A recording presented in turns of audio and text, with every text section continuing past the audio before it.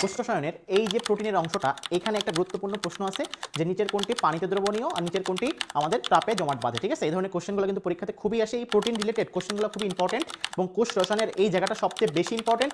তুমি পরীক্ষার আগে কোনো জায়গায় রিভিশন দাও বা না দাও, প্রোটিনের জায়গাটা তোমাকে অবশ্যই রিভিশন দিতে হবে, কারণ এখান থেকে সবচেয়ে বেশি প্রশ্ন আসে। তো দেখো বলছে যে নিচে দেখো তাপে জমাট বাঁধে কোনটি, এটা মনে রাখবা হচ্ছে এজি। ঠিক আছে, এজি, এই এ দিয়ে মনে রাখবা অ্যালবুমিন। ঠিক আছে, এ দিয়ে মনে রাখবা যে অ্যালবুমিন। ঠিক আছে, তাহলে এবার বলছে দেখো জি, তাহলে জি দিয়ে কি হবে, জি দিয়ে হবে হচ্ছে গ্লোবিউলিন। ঠিক আছে, খুবই গুরুত্বপূর্ণ, জি দিয়ে কি হবে গ্লোবিউলিন। তাহলে দেখো দুইটা পড়ে ফেলছি, তাহলে এই দুইটাই আছে তাপে জমাট বাঁধে হচ্ছে, একটা হচ্ছে অ্যালবুমিন, একটা হচ্ছে গ্লোবিউলিন। এখন আসলে পানিতে দ্রবণীয় প্রোটিন। ঠিক আছে, পানিতে কারা দ্রবণীয়? ঠিক আছে, মনে রাখবা যে পানিতে দ্রবণীয় হচ্ছে এপিএইচ, এপিএইচ। এখন আসো এই যে এপিএইচ পড়তেছি, এই এ দিয়ে পড়ে ফেলবা হচ্ছে অ্যালবুমিন। ঠিক আছে, এ দিয়ে কি পড়ে ফেলবা যে অ্যালবুমিন, এটা হচ্ছে কি বলতো আমাদের পানিতে দ্রবণীয়। বলতে দেখো পি দিয়ে কি মনে রাখবা, পি দিয়ে মনে রাখবা প্রোটামিন। ঠিক আছে, প্রোটামিন। এখন এই প্রোটামিনের এখানে একটা জিনিস ভুল হয়, সেটা দেখো আমি ক্লিয়ার করতেছি।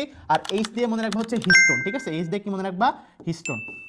এই হিস্টোন প্রোটিন কিন্তু আমাদের বংশগতিতে ভূমিকা পালন করে। ঠিক আছে, তাহলে দেখো হিস্টোন প্রোটিনটা আমাদের কিসে ভূমিকা পালন করে? বংশগতি। ঠিক আছে, তাহলে বংশগতিতে ভূমিকা পালন করে কোনটা? আমাদের হিস্টোন প্রোটিন। ঠিক আছে, জিএসটিতে একবার এই ধরনের কোশ্চেন আসছে।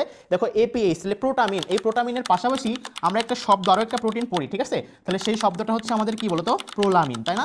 এই প্রোলামিন নাকি প্রোটামিন, এটা আমাদের ভুল হয়। দেখো কিভাবে কনফিউজিংটা ক্লিয়ার করবা। দেখো বলছে পানিতে দ্রবণীয়, তাই না? মনে করো কোনো একটা বোতলে আমি পানি রাখছি, অনেক সময় বোতলটাকে আমরা কি বলি পট বলি না, এই জন্য মনে রাখবা যেহেতু পানির সাথে সম্পর্ক বোতলের, তাই এখানে হবে কোনটা পট। তাহলে দেখো পর পরে কি শব্দ পাবা ট, এই জন্য প্রোলামিন আমাদের হবে না, কোনটা হবে প্রোটামিন হবে। ক্লিয়ার? এবার আসো এই যে কনফিউজিং এরিয়াগুলা, তুমি যদি যে কোনো অধ্যায়ের বা চ্যাপ্টারের যে কোনো টপিক আছে, যদি কনফিউজিং টপিকগুলো এক জায়গায় করে পড়তে পারো, দেখবা তোমার পরীক্ষার আগে রিভিশন দিতে তোমার টাইম লাগবে না এবং পরীক্ষার হলেও তুমি আটকাবা না, ইনশাল্লাহ ভালো কিছু একটা লিখতে পারবা। কারণ পরীক্ষাতে আসলে কনফিউজিং জিনিসগুলো কিন্তু আমাদের মানে যেগুলো পারি, এগুলো কিন্তু ভুল করার একটা দায়ী হচ্ছে এই কনফিউজিং এরিয়া। ঠিক আছে, এই জন্য আমরা চেষ্টা করবো সবসময় কনফিউজিংগুলো ক্লিয়ার করে পড়ার।